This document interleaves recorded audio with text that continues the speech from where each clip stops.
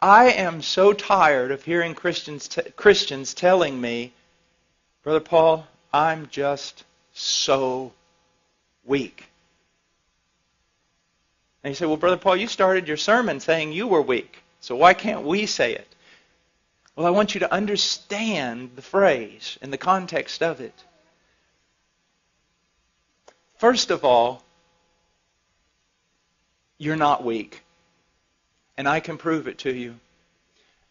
In the last week, W-E-E-K, how much time did you spend grasping and striving to know God and His Word? And in prayer, knowing that apart from God and His work on your behalf, you weren't going to be able to make it. Oh, see, it's really easy to say, I'm so weak. Your problem is not that you're so weak. Your problem is that you think you're strong.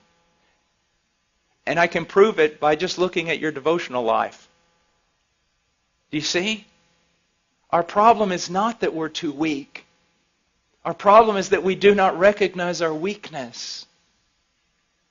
Do you see that? That's why the men and women that have been most used of God throughout Christian history seem to have only one thing in common, a recognition of their weakness. Now, here's what I want to show you, and it's so important. Weakness is not a hindrance to power. Weakness is the catalyst to spiritual power. The problem is wrong response. So first of all, you need to recognize something. Everybody's weak.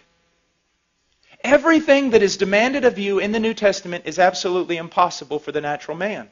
There you go. So now everybody's on the same level. Me, you, Spurgeon, John Piper, all of us, everyone's weak. That's it. Now you can't use weakness as an excuse anymore because everybody's just as weak. No one can do this stuff. No one. So there you go. We're weak.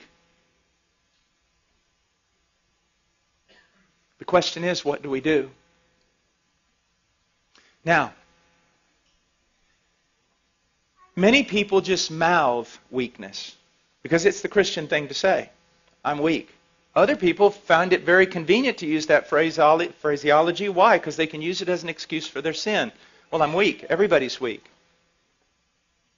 But the right mindset here is in recognizing your weakness, it drives you to God. Immediately to God. Believing in faith that He's the fountain He claims to be. That He's the source and the helper that He claims to be. That He is one of unlimited resources. That He does not greedily hand out to children, but He lavishes upon us. So see, your problem is that you're really not recognizing you're weak. Or you recognize you're weak, but you just stay there in your weakness. The thing is, your weakness ought to drive you to God every time. But here's a problem. Let's enter in with your heart condemning you and Satan helping your heart condemn you. See, I have found so many people. I saw someone last night and I dealt a long time with them. Precious little girl. She recognized her weakness. She recognized her frailty. She recognized her sin. She recognized there were some things in her life she couldn't overcome right now. But here was her problem. She would see her sin, and because of the work of the devil and sometimes our own heart condemning us, she would put herself in the penalty box every time that she sinned. Well, you can't go to God right now. You can't just keep running back to Him. I mean, you sinned yesterday and you repented and asked for forgiveness. Now you've done the same exact thing today. I mean, you run back to Him, you're just a hypocrite. You don't appreciate God. You don't have a high view of God. What do you think? God just hands out pardon to everyone? And isn't that what we do? And isn't that what we think? We sin, a sin that we've already sinned and already repented of, and because of it we think we need to put ourselves in a penalty box for a little while, at least a couple of days, and try to work our way back into favor before we come to God. Because if we think, actually, you mean if I go back every time I do this, just immediately, not only going back and asking for forgiveness, but expecting forgiveness, isn't that hypocrisy? Isn't that a low view of God? Isn't that treating God as a forgiveness machine? No, it's being biblical.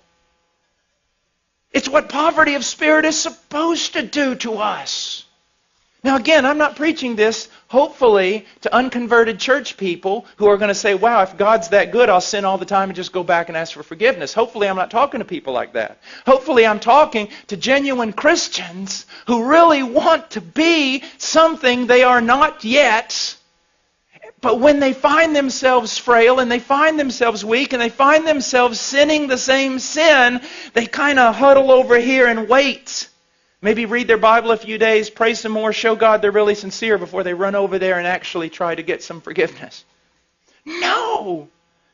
One of the great joys of my life is when I discovered that the moment I sin the sin I always sin, my first response ought to be to latch a hold of Christ. And not beggarly, not thinking, oh, here I am, you ought to strike me down. But no, I latch a hold of Christ saying, I believe your promises. I am in a different realm. I am free. I am a saint. I've been moved out of Adam and condemnation and law. All of it was paid for on that tree. When He died, He knew all of it. He forgave all of it.